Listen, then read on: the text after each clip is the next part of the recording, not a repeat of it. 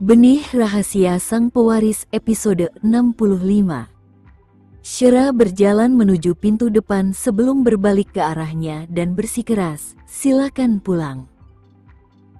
Pria itu mulai melangkah ke arahnya dan Syera hendak menghela napas lega saat melihatnya berjalan keluar ketika tiba-tiba dia mengulurkan lengannya yang panjang untuk mematikan saklar lampu di dinding. Dengan sekali klik, ruang tamu yang terang benderang menjadi gelap dalam sekejap. Ruangan yang tiba-tiba meredup membuat matanya sulit beradaptasi. Syera menjerit pelan, tetapi sedetik kemudian, ia didorong ke dinding sebelum sebuah ciuman penuh kuasa mendarat di bibirnya. Segalanya terjadi begitu cepat sehingga Syera hanya bisa menarik napas dalam-dalam saat pria itu mengambil kesempatan untuk menusukkan ototnya ke dalam rongga panasnya. Segalanya menjadi tidak terkendali sejak saat itu. Syera merasa frustrasi karena dia selalu tampak jatuh ke dalam perangkap yang dipasang Kenzo. Dia selalu tampak salah perhitungan.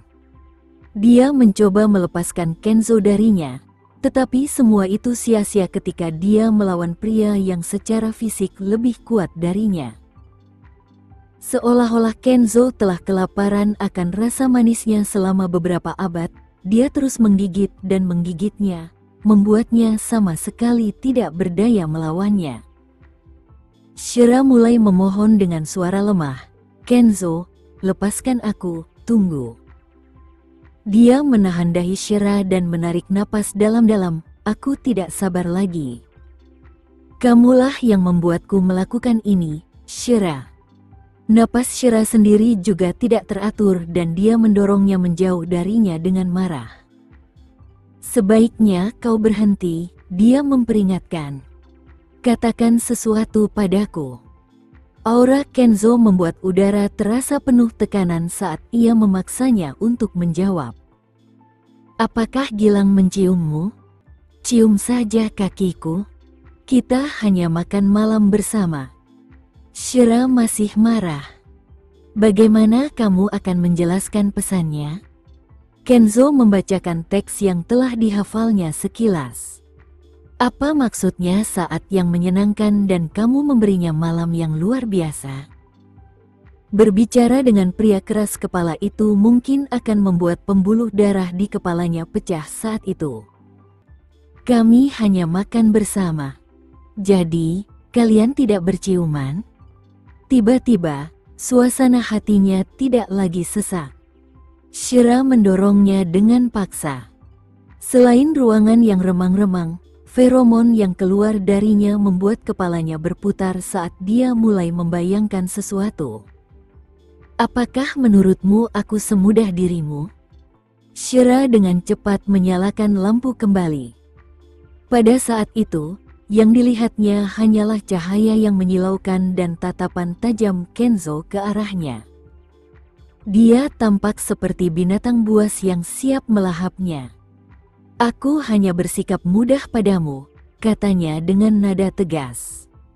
Ia merasa sangat hangat hingga keringat dingin membasahi sekujur tubuhnya dan dia segera mendorongnya sekali lagi.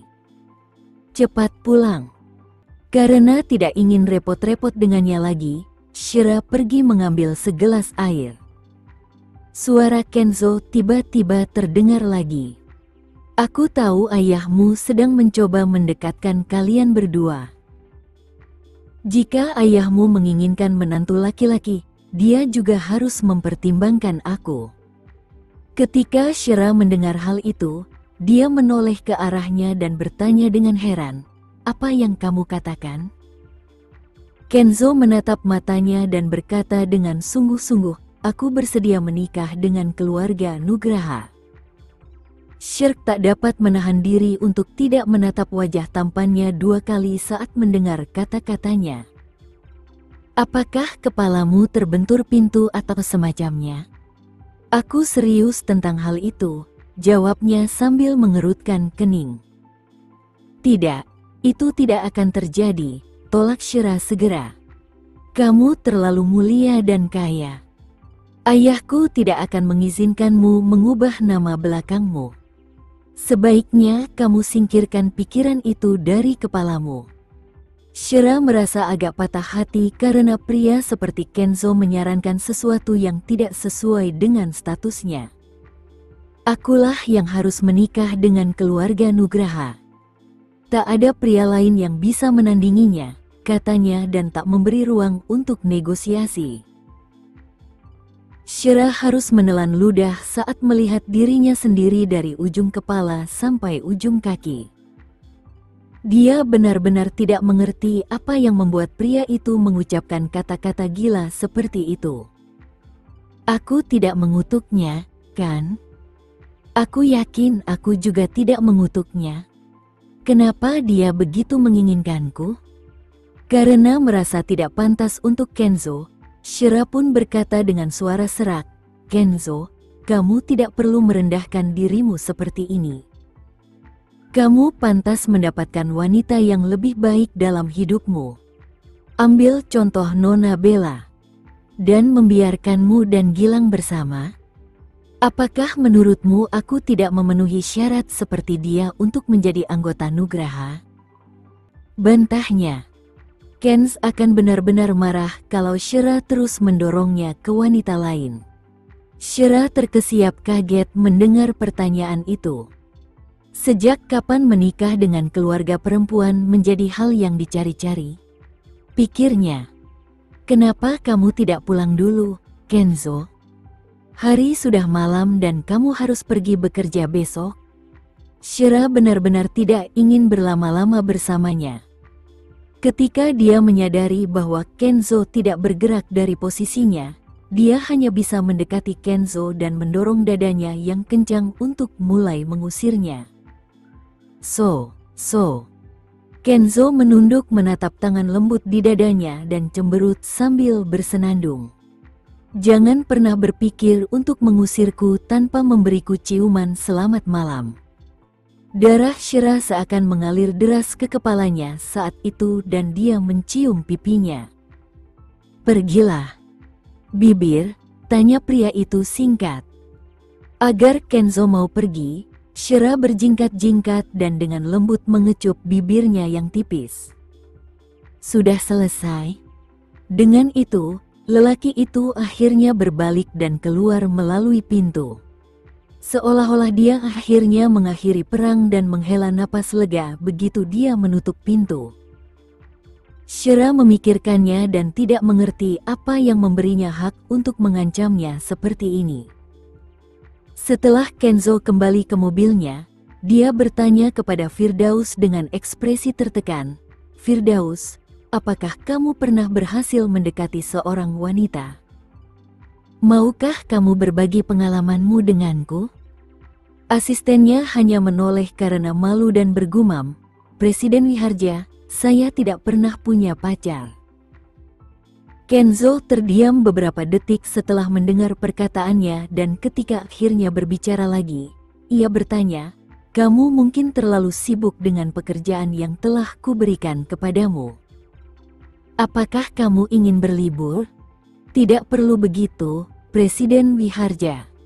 Saya suka melakukan pekerjaan saya." Firdaus sudah terbiasa dengan intensitas kerja seperti ini. Sejak ia menjadi asisten eksekutif Kenzo, ia menikmati rasa pencapaian dari pekerjaannya. Kenzo akhirnya menyerah pada pembicaraan itu.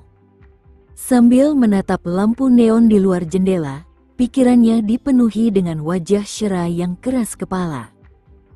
Ia merasa kesal karena hubungan mereka telah lama stagnan. "Presiden Wiharja, apakah Anda merasa terganggu dengan hubungan Anda dengan Nona Nugraha?" "Saya punya saran. Mungkin Anda bisa mendengarkan saya," usul Firdaus. "Ceritakan padaku." Itulah masalah yang membuat Kenzo khawatir. Mengejar wanita bukanlah hal yang ia kuasai. Bahkan, ia tidak pernah tertarik pada wanita sampai ia bertemu Shira. "Presiden Wiharja, Anda juga harus memperhatikan metode dan strategi Anda dalam mendekati wanita. Misalnya, Anda harus mundur selangkah untuk bisa maju.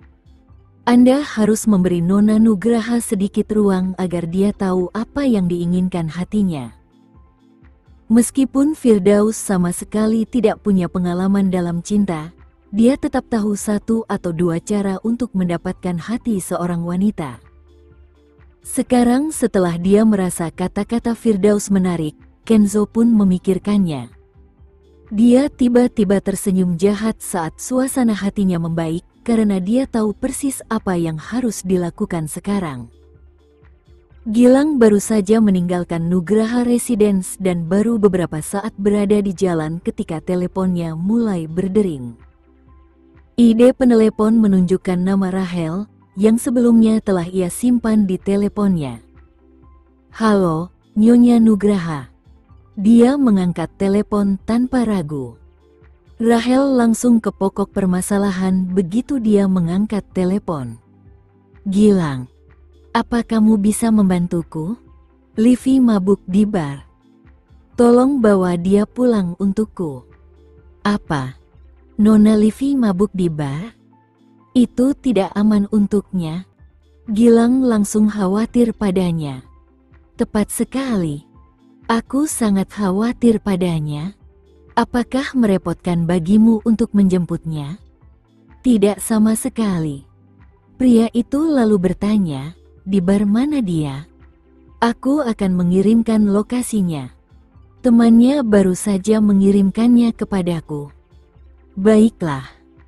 Tenang saja, aku akan membawa Nona Livi pulang." "Baiklah, terima kasih." Rahel lalu menutup teleponnya.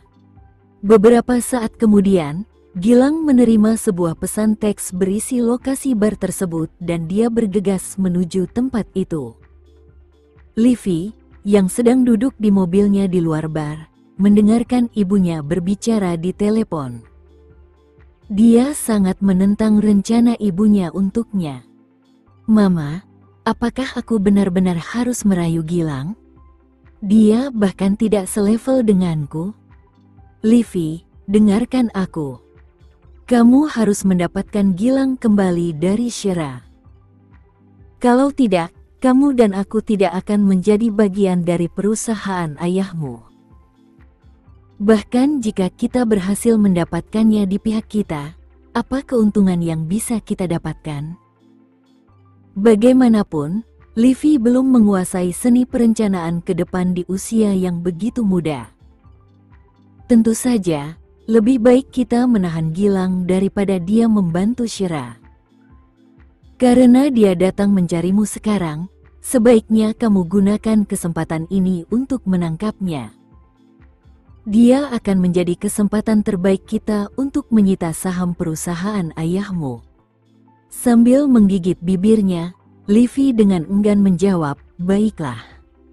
Aku akan melakukannya." Setengah jam kemudian, setelah menerima telepon dari Gilang, dia berpura-pura mabuk dan keluar dalam keadaan mabuk. Saat tiba di pintu masuk bar, dia berpura-pura tersandung dan langsung memeluk Gilang. Kedua tangannya memeluknya pada saat yang sama. "Gilang, terima kasih sudah menjemputku.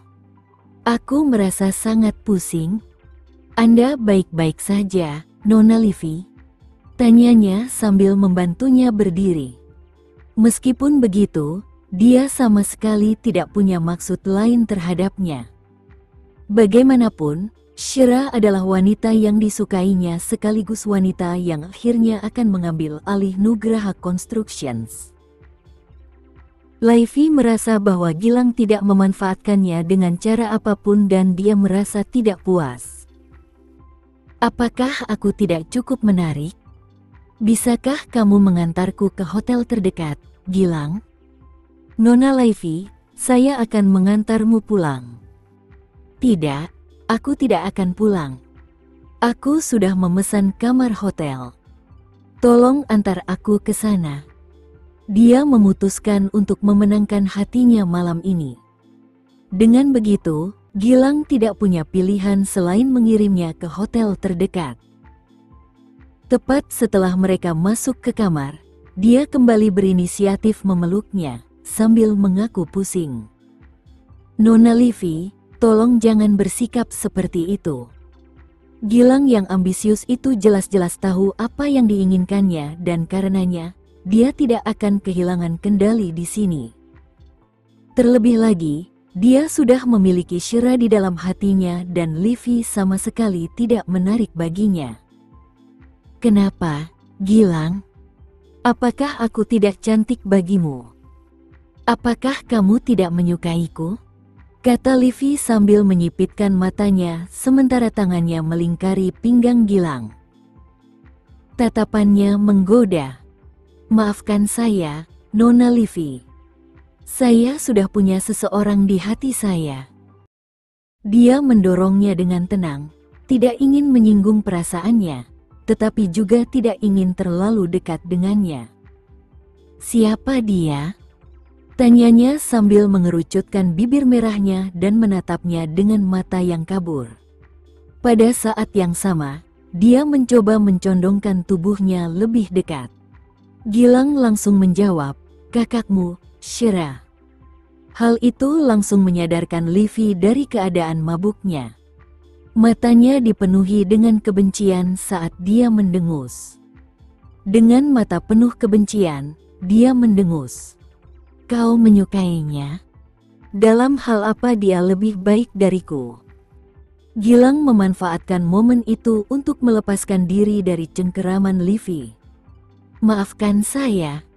Selamat beristirahat, Nona Livy."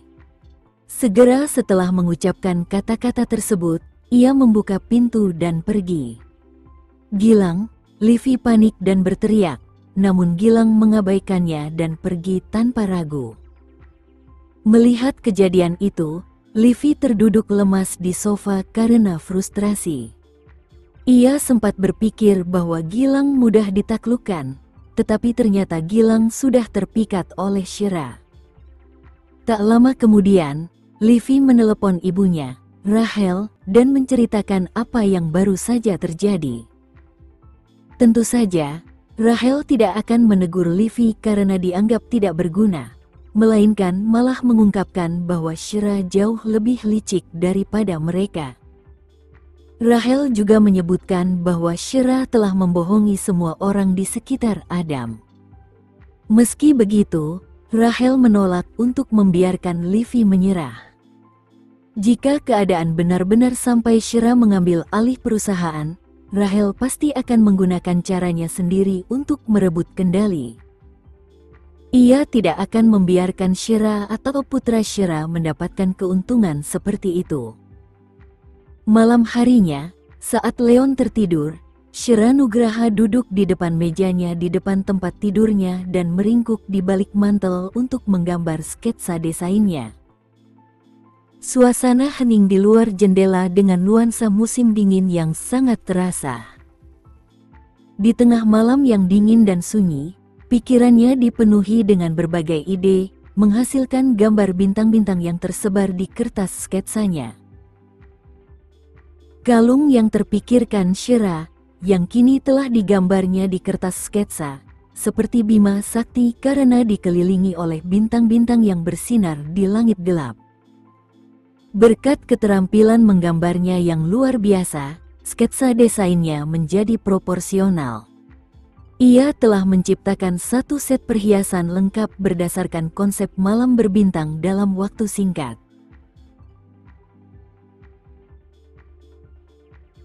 Sekian dulu ya video kali ini, kita lanjutkan lagi videonya di lain waktu. Oh iya, bagaimana menurut kalian? Semoga bisa sedikit menghibur kalian semua.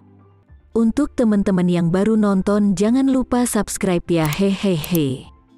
Dan kalau teman-teman ada yang ingin gabung langganan bisa langsung gabung saja untuk dapat fitur yang menarik dan sedikit membantu Mimin. Terima kasih banyak sudah menonton, sampai jumpa lagi, bye.